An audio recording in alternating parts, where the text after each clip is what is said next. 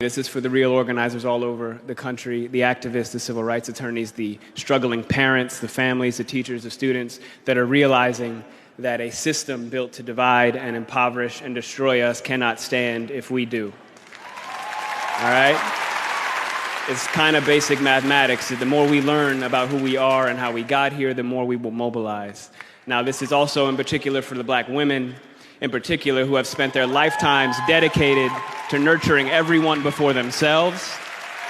We can and will do better for you. Now, what we've been doing is looking at the data, and we know that police somehow manage to de-escalate, disarm, and not kill white people every day. So what's going to happen is we are going to have equal rights and justice in our own country, or we will restructure their function and ours.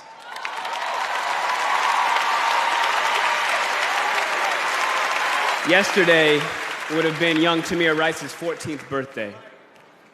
So I don't want to hear any more about how far we've come when paid public servants can pull a drive-by on a 12-year-old playing alone in a park in broad daylight, killing him on television and then going home to make a sandwich. Tell Rekia Boyd how it's so much better to live in 2012 than it is to live in 1612 or 1712. Tell that to Eric Garner. Tell that to Sandra Bland. Tell that to Dorian Hunt.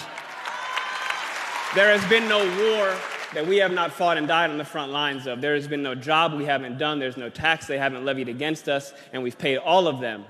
But freedom is somehow always conditional here.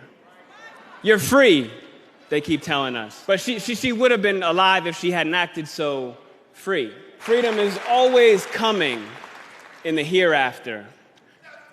But you know what, though? The hereafter is a hustle. We want it now. And let's get a couple things straight. Just a little side note. The burden of the brutalized is not to comfort the bystander.